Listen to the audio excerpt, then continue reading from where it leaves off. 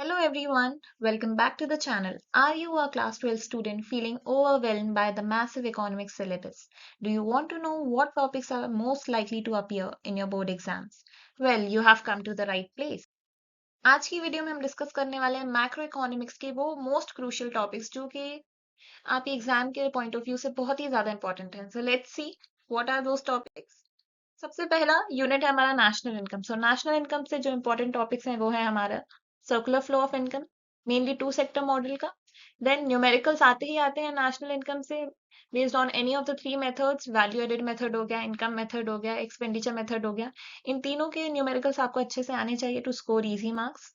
GDP and welfare. GDP and welfare एक बहुत ही important topic है, इसको आप काफी अच्छे से पढ़ के जाएं. देन नेक्स्ट है हमारा जीडीपी डिफ्लेटर. इसमें रियल इनकम और नॉमिनल इनकम का आपको डिफरेंस पता होना चाहिए, इसका फॉर्मूला पता होना चाहिए, कैसे कैलकुलेट करते हैं ये पता होना चाहिए. नेक्स्ट यूनिट है हमारा मनी एंड बैंकिंग. इस यूनिट से मोस्ट इंपॉर्टेंट है हमारा functions of money and the process of credit creation. उसके बाद फंक्शंस ऑफ सेंट्रल बैंक.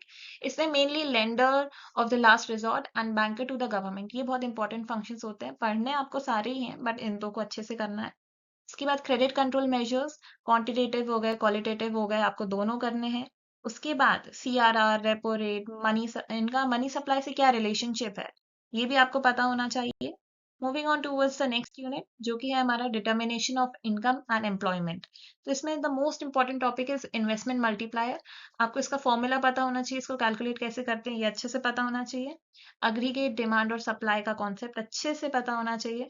उसके बाद डेफिशिएंट और excess demand, inflationary gap, deflationary gap, ये आपको पता होना चाहिए. और एग्रीगेट डिमांड एंड सप्लाई से न्यूमेरिकल्स भी आते हैं, इजी से न्यूमेरिकल्स आते हैं, फॉर्मूला बेस्ड होते हैं. अगर फॉर्मूला अच्छे से याद कर लो तो बहुत इजीली कैलकुलेट हो जाता है, तो इसको भी आप कर सकते हैं. नेक्स्ट यूनिट है हमारा गवर्नमेंट बजट. गवर्नमेंट बजट का मोस्ट इंपॉर्टेंट टॉपिक है हमारा components of budget. Revenue receipt, capital receipt, revenue expenditure, capital expenditure, ये सारा आपको अच्छे से पता होना चाहिए. Non tax revenue, tax revenue, इन सब के बारे में आपको प्रॉपर नॉलेज होनी चाहिए. साथ ही साथ जो बजट के डेफिसिट्स होते हैं, revenue deficit, fiscal deficit, primary deficit, इन सब के फॉर्मूलेज आपको पता होने चाहिए और इन सब का कॉन्सेप्ट क्या है ये आपको पता होना चाहिए. कई बार शॉर्ट क्वेश्चंस आ जाते हैं फॉर्मूले के बेस पे. ओके, सो नेक्स्ट यूनिट है हमारा बैलेंस ऑफ पेमेंट्स. इसमें जो इम्पोर्टेंट है वो है fix and flexible exchange rate, इनका कॉन्सेप्ट प्लस डिफरेंस. उसके बाद अकोमोडेटिंग और ऑटोनॉमस ट्रांजैक्शन का डिफरेंस भी आपको पता होना चाहिए. Then determination of foreign exchange rate. उसके साथ साथ बीओपी डेफिसिट क्या होता है, what are the causes of BOP disequilibrium, ये आपको अच्छे से पता होना चाहिए. So there you have it, the most important topics to focus on for your 12th CBSE board exam. I hope this video helps you prioritize your study plan and ace your exams.